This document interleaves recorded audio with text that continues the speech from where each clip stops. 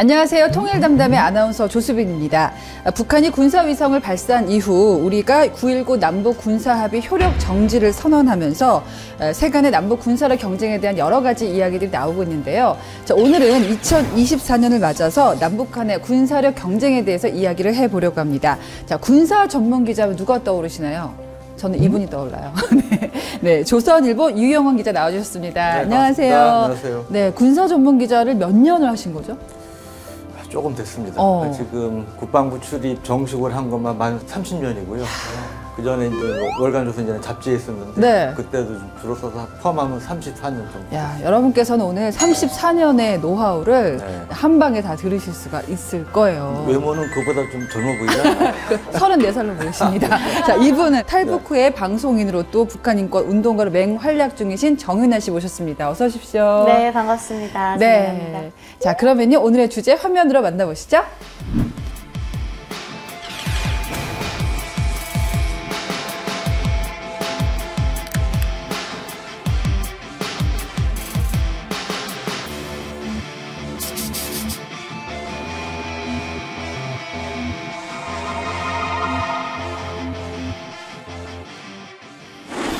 군사 정찰 위성을 쏘아 올렸고 우리가 거기에 대해서 9.19 남북 군사합의 효력 정지를 선언을 했었는데요.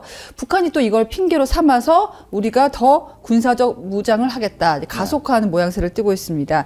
자, 이번 우리가 9.19 남북 군사합의 효력을 정지한 거, 그것이 북한의 행보에는 어떤 영향을 줄까요? 네, 우선 이 9.19 군사합의가 보면 6회공에 걸쳐 있습니다. 그래서 우리가 효력을 정지한 것은 전체 달을 정지한 건 아니고요. 네. 우리가 제일 취약한 게 비무장지대, DMZ 근처에서의 공중 정찰이 제한되는 게 이제 제일 우리 입장에서는 어려움이 있기 때문에 그것만 정지를 했는데 북한은 이제 그걸 핑계 삼아서 9.19 합의 전체를 다 파괴하겠다고 이튿날인 11월 23일 날 북한 국방성이 선언했습니다. 그리고 뭐 신형무기 배치하겠다 막 이렇게 엄포를 놨는데 실제로 이제 북한이 행동을 좀 취했어요. 어떤 걸 했냐면 이제 군사합의상의 DMZ 내 GP라고 최전방이 이제 섬처럼 이제 우리 같은 경우는 이제 콘크리트로 해가지고 중세 산처럼 튼튼하게 만든 전초기지가 있는데 또 원래 이제 해안포 서해안 쪽에 이제 해안포 포문을 닫게 돼 있었는데 그거를 이제 많이 여는 그러니까. 이런 액션, 이제 도발 행동을 취했는데 북한의 어떤 신형 전술 미사일이라든지 초대형 방사포 이런 전술 핵무기를 탑재하는 것을 전진 배치할 가능성은 있을 것 같습니다. 예, 만리경 1호라고 합니다. 군사 정찰 위성을 발사했죠, 북한이요. 미국 캘리포니아주 샌디에이고의 해군 기지 그리고 일본 오키나와의 가데나 곤군 기지 등을 촬영했다 이렇게 선전을 하고 있는데요. 궁금해요. 하도 소리가 크니까 이 정도 기술력이 북한이 있을까? 정말 사실일까? 기자님 생각은 어떠세요? 그러니까 북한이 원래 보면 좀 과장이 있죠. 그래서 북한이 이제 이번에 세 번째는 성공했는데 두 번째는 실패하지 않았습니까? 그때 마침 북한의 이제 만리경 일부 잔해를 우리 군에서 회수해서 분석을 해봤어요. 그랬더니 역시나 그러니까 상당히 북한이 선전하고 하는 거하고는 차이가 있다. 그래서 뭐 이 만리경이 아니라 천리경, 백리경도 안 될 것 같다. 뭐 이런 얘기도 나왔는데 어느 정도냐면 이제 해상도라는 표현이 있어요. 이게 뭐냐면 이제 북한 이제 만리경은 해상도가 한 3m 이상으로 추정이 되는데 우리는 이번에 정찰위성 1호 우리도 이제 12월 2일에 이제 올리는데 성공했는데 우리는 얼마냐? 우리는 30cm입니다. 그러니까 진짜 작죠. 30cm 한 요 정도 되지 않습니까? 수백 킬로미터 상공에서 요 정도 크기를 식별할 수 있는 거니까 굉장히 시력이 좋은 거죠. 그래서 이제 북한 거에 비해서 일부에서는 뭐 100배다 그런데 그거는 좀 과장된 분수 같고 최소 10배 이상의 성능을 우리가 이제 갖고 있는 거고 북한은 그런 면에서 군사용으로 쓰기에는 해상도가 상당히 부족한 그런 걸로 이제 평가가 되고 있습니다. 그러니까 쏘아 올리는 눈이 좀 나쁜 거예요. 그렇죠. 그러니까 인공위성을 올려서 궤도에 올리는 데는 성공했지만 눈이 좀 안 보여요. 그렇죠. 이제 그 정찰을 쓰기에는 부족하다. 그렇다고 우리가 안심하기 있는 게 윤아 씨 이런 얘기 들으면 어때요? 저는 오히려 반대로 좀 생각해봤어요. 제가 맞게 생각한 건지 모르겠는데 목표물이 있어요. 만약에 이런 상상하면 안 되지만 뭐 조수빈이라는 사람이 있어. 이 사람 타격을 해야 돼. 근데 3m라고 하니까 떨어지잖아요. 오히려 막 쏴가지고 일대를 다 초토화시킬 수도 있는 거니까 난 저는 더 무섭다는 생각이 들던데 윤아 씨는 이런 뉴스 들으면 어땠어요? 북한은 굳이 뭐 시력이 좋은 눈이 아직까지는 필요하지 않습니다. 어차피 거기다 핵타격을 할 거기 때문에 그 한 사람을 위해서 북한은 그 도덕적인 가치가 높지 않거든요. 네. 쓸어버리면 되는 겁니다. 근데 상당히 일리가 있는 네, 말이에요. 중요한 건 북한이 그 ICBM, 야 북한이 무슨 ICBM이야 그랬어요 우리가.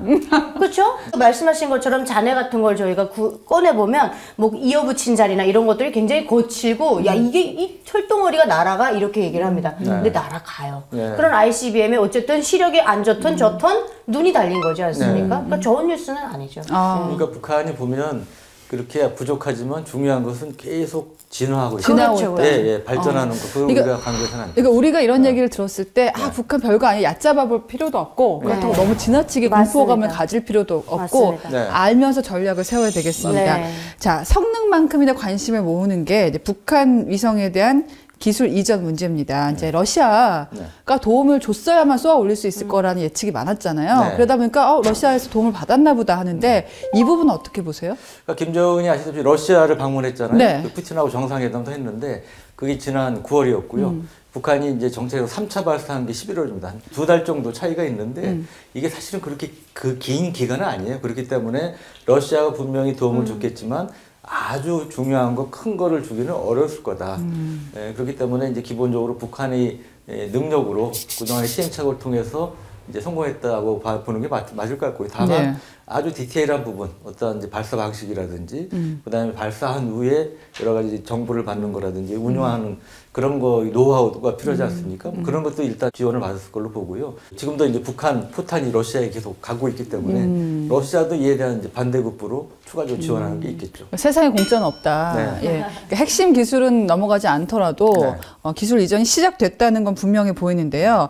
북한이 러시아에 많은 무기를 제공하고 있다. 블링컨 미국 국무장관 이런 비판까지 내놨습니다. 네. 북한과 러시아가 이제 군수품 교류를 하면서 서로 얻게 되는 이득이 뭘까요? 지금 우크라이나 전쟁에서 우크라이나나 러시아나 둘 다 제일 부족한 게 포탄이에요. 재래식 무기. 예, 예. 그래서 이제 우크라이나도 뭐 서방 세계에 손을 벌리고 있고 러시아도 이제 북한까지 손을 벌린 건데 러시아 같은 경우는 하루에 포탄을 한 6만 발 정도를 소모를 한답니다. 그러면 한 달이면 얼마예요? 180만 발이 필요하고 엄청난 양이 필요한 거죠. 네. 그래서 일단 지금 북한이 러시아에 지원하는 거는 포탄 위주로 컨테이너에 실어서 하는데 얼마 전까지 공식적으로 발표된 게 2,000개까지 러시아에 넘어가는 게 확인됐습니다. 2,000개면 포탄 100만 발 정도 이제 거기에 탑재해서 추정이 되는데요. 근데 중요한 건 그 뒤에도 계속 가기 때문에 그러니까. 지금 하여튼 몇천 개의 컨테이너가 북한이 있으니까 러시아가 전쟁을 계속할 수 있는 거네요. 그러니까 그런 면에서 네. 이제 전쟁을 지금 지속할 수 있는데 에 있어서 러시아가 상당히 도움을 받고 있다고 봐야 되고요. 예. 그럼 북한은 러시아로부터 뭘 받을 수 있느냐? 특히 북한이 갖고 있는 최신형 전투기가 미그 29라는 게 있는데 옛날 거라며요? 이게 네. 우리 80년대 말에 들어온 거예요. 그 전투기 도입을 이제 타진할 가능성이 있고요. 또 하나 이제 북한이 공언한 게 핵잠수함 보이는데 이것도 상당한 고도의 기술을 요하기 때문에 그와 관련해서 아마 러시아 쪽에 계속 지금 푸시를 하고 있지 않을까 생각이 됩니다. 제가 이제 유나 씨가 참 그 방송인으로서 많이 익숙하지만 아까 딱 군대 얘기 나오니까 탁 하셨잖아요. 네. 군인 가족이세요. 그러니까 군인들의 모습, 북한 군인들의 모습을 누구보다 좀 가까이서 보셨을 텐데 군인 출신, 본인이 군인이셨던 건 아니에요? 저도 군인이었죠. 아, 그래요? 군사훈련 받으신. 네, 15살 때 1차로 15? 네. 북한은 15살이면 무조건 다 1차로 붉은 청년분이대로 군대를 가게 됩니다. 아니, 근데 15살 소녀를 데리고 가서 군대에서 무슨 훈련을 시킵니까? 15살 중학교 올라가면서 교과목에 아예 군사학이 추가가 돼요. 아니, 우리 남한에서는 애들이 다 중2병 걸려가지고 안 갈 것 같은데. 그 질풍노도의 시기에 이제 거기 데려가서 당금질을 하는 거죠. 어쨌든 우리나라 역시 한국항공우주가 참여를 해서 군사정찰 위성 1호기를 발사했습니다. 군사 전문 기자시니까 직접 그 발사 전 제작 현장을 가보셨다고요? 네. 예. 그 한국항공우주연구원이라고 있습니다. 그 대전에 있는데 그 원래 이제 무기는 국방과학연구소라는 데서 하는데 항공우주연구원이 인공위성 관련해서는 노하우도 있고 시설도 잘 돼 있어요. 그래서 군사정찰 1호기 거기서 제작을 해서 미국으로 옮겨져서 스페이스X 팔콘 로켓으로 이제 발사를 했는데 이 호기는 이제 영상 레이더라고 구름낀 날에도 찍을 수 있는 그런 건데, 그러니까 전천후죠. 북한은 아직까지 참고로 그게 안 됩니다. 북한 이번 쏜 거는 카메라, 일반적인 카메라. 전 그래서 더 무섭다니까요. 막 쏠 것 같아요. 당연히 계속 쏠 거예요. 하나 꼭 말씀드리고 싶은 게 카메라 같은 경우는 전자각 카메라 같은 렌즈를 굉장히 정밀하게 깎아야 돼요. 실제 정찰위성은 직경이 아주 크진 않아요. 2m도 안 되는데 예를 들어 서울에서 샌프란시스코까지 쭉 폈다고 봤을 때 오틀도틀한 오차를 염두에 두고 뭐 본다면 우리 자동차 과속 방지턱 있죠. 네. 그게 아주 높지 않잖아요. 그게 한 30cm 이내라고 그러더라고요. 그 서울에서 LA까지 쭉 깔았을 때도 그 높이가 자동차 방지턱 정도 이상 넘어가지 않는 정도의 오차. 대단하다. 그러니까 상상을 초월하는 정밀도죠. 그 정도로 깎아서 이제 우리가 만든 거예요. 얼마나 고생을 많이 했겠어요, 진짜. 그리고 이제 그러려면 북한은 아직은 멀었다. 네, 근데 또 많은 분들이 북한은 자체 발사체로 쐈는데 우리는 왜 또 스페이스 X에다 실었냐고 그러던데 그만큼 우리나라 건 성능이 뛰어나고 크기가 어마어마하게 큰 거죠, 맞아요. 북한에 비해서. 그러니까 우리 누리호 발사체는 쏠 수가 없어서 거기에 간 거지. 국뽕 차오릅니다. 많이 하시는데요? 저는 아주 그거 보면서 야. 저는 남아서 태어났는데도 이분 따라가지 못할 것 같아요. 자, 전술 핵 공격 잠수함. 이번에 처음으로 공개를 했습니다. 야, 어마무시한 이름인데요. 이게 위협적인 무기가 될 거라고 보십니까? 이름은 어마무시한데요. 네, 전술 핵. 그러니까 이 별명이 프랑켄슈타인 잠수함이다. 뭐 이런 얘기도 듣는데 아마 좀 실패를 할 수 있지만 저는 결국은 성공시키려고 봐요. 그리고 또 하나 우리가 무조건 폄훼할 것만 아닌 게 거기에 탑재되는 미니 SLBM 소형 그 잠수함 발사 탄도미사일이 최대 사거리가 한 600km 되는데요. 600km면 북한 심포 앞바다에서 충분히 남한 전역을 커버할 수 있는 거리입니다. 그러니까 뭐 무시할 건 아니네요. 그러니까 잠수함이 멀리 굳이 동해 앞바다까지 가서 동해 저쪽까지 나가서 쏠 필요 없죠. 북한 심포 앞바다 가서 물속에서만 들어가서 쏘면 도 충분히 타격할 수 있기 때문에 그 정도 능력만 가지고 우리한테 위협이 될 수 있다. 그러니까 그것도 간과해서는 안 된다. 아니 유 기자님이 참 어떻게 하라는 건지 모르고 어떨 때는 야, 그 위협적이지 않아, 괜찮아라고 했다. 아니야, 그래도 조심해야 돼. 왔다 갔다 하네. 이게 원래 정보 다루는 사람이 특징이 그겁니다. 항상 이럴 수 있다, 이럴 수도 있다. 직업이 기자 아닙니까? 기자는 팩트에 충실해야 되니까. 그렇군요. 그래서 말씀드리는 거죠. 자, 이번 시간에는 유영원 군사 전문 기자와 함께 북한의 군사력 그리고 또 우리는 어느 정도 준비를 하고 있는지 좀 살펴봤는데요. 다음 시간에 남북한 군사력에 대해서 좀 실질적으로 좀 더 깊게 살펴보도록 하겠습니다. 유영원 기자님 감사하고요. 네, 여러분 정윤아 씨 기억하시고 절대 잘못하시면 안 됩니다. 자, 다음 시간에 뵙겠습니다. 통일 담당.